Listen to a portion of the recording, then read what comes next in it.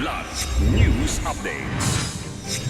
Mga balita ngayon, 2 patay, 4 sugatan sa pamamaril sa Condo Basketball Court sa Parañaque. Kasong perjury at libel isinampa ni Trillanes laban sa 18 umano'y ex-Marines, ilang dating opisyal at personalidad. Malacanang at 9 na pambansang pahayagan nagkaisa kontra fake news. Ako po si Cesar Soriano para ihatid ang mga nangungunang balita sa buong kapuluan ngayon. 2 ang nasawi habang 4 ang sugatan matapos pagbabarilin ng isang suspek ang mga naglalaro ng basketball sa loob ng isang condominium complex sa Barangay Marcelo Green, Parañaque City noong Miyerkules ng gabi. Batay sa ulat ng Southern Police District, naganap ang insidente bandang 7:59 ng gabi sa basketball court ng Azure Urban Resort Residences. Naglalaro umano ang mga biktima ng makarinig ng malakas na putok bago pumasok ang suspect sa gate at walang habas na nagpaputok sa grupo. Agad na tumakas ang 59 anyos na suspect na residente rin ng condominium at tumungo sa kalapit na mall. Idineklarang dead on arrival sa ospital ang 2 biktima habang nasa maayos na kondisyon naman ang 4 na sugatan na ginagamot sa ospital. Na-recover sa lugar ang 9 na basyo ng balang 9mm pistol. Patuloy ang manhunt operation ng pulisya.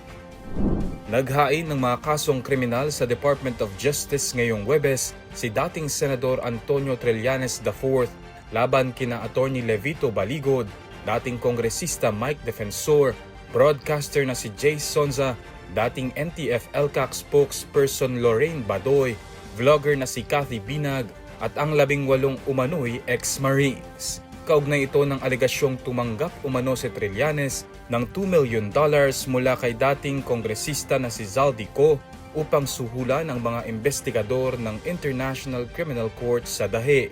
Kabilang sa mga isinampang kaso ang cyber libel, perjury at incriminating an innocent person.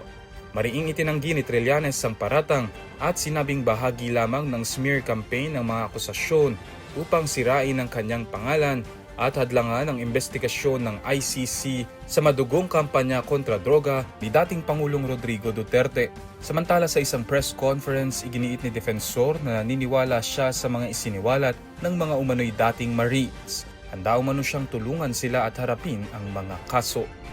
Nagkaisa ang Malacanang at 9 na pangunahing pahayagan sa bansa upang paigtingin ang laban kontra fake news, disinformation at maling impormasyon sa social media. Ilagdaan ni Secretary Dave M. Gomez ng Presidential Communications Office at mga kinatawan ng malalaking broadsheet ang isang Memorandum of Understanding sa Kalayaan Hall sa Malacanang, Marso 4, Miyerkules. Kabilang sa mga lumagda ang Business Mirror, Business World, Daily Tribune, Malaya Business Insight, Manila Bulletin, Manila Standard, Philippine Daily Inquirer, The Manila Times at The Philippine Star. Layunin ng kasunduan na palakasin ng fact-based reporting, media literacy at agarang pagberipika ng mga kumakalat na impormasyon online. Bahagi ito ng kampanyang Oplan Fake News ng pamahalaan upang sugpuin ng mapanlinlang na nilalaman na maaaring magdulot ng panik, manipulasyon ng opinyon at pagkalito ng publiko sa digital platforms. Para sa Kidlat News Channel, ako si Renzo Linon, nag-uula. Ako po si Cesar Soriano, kasama nyo sa bawat pagputo ng balita.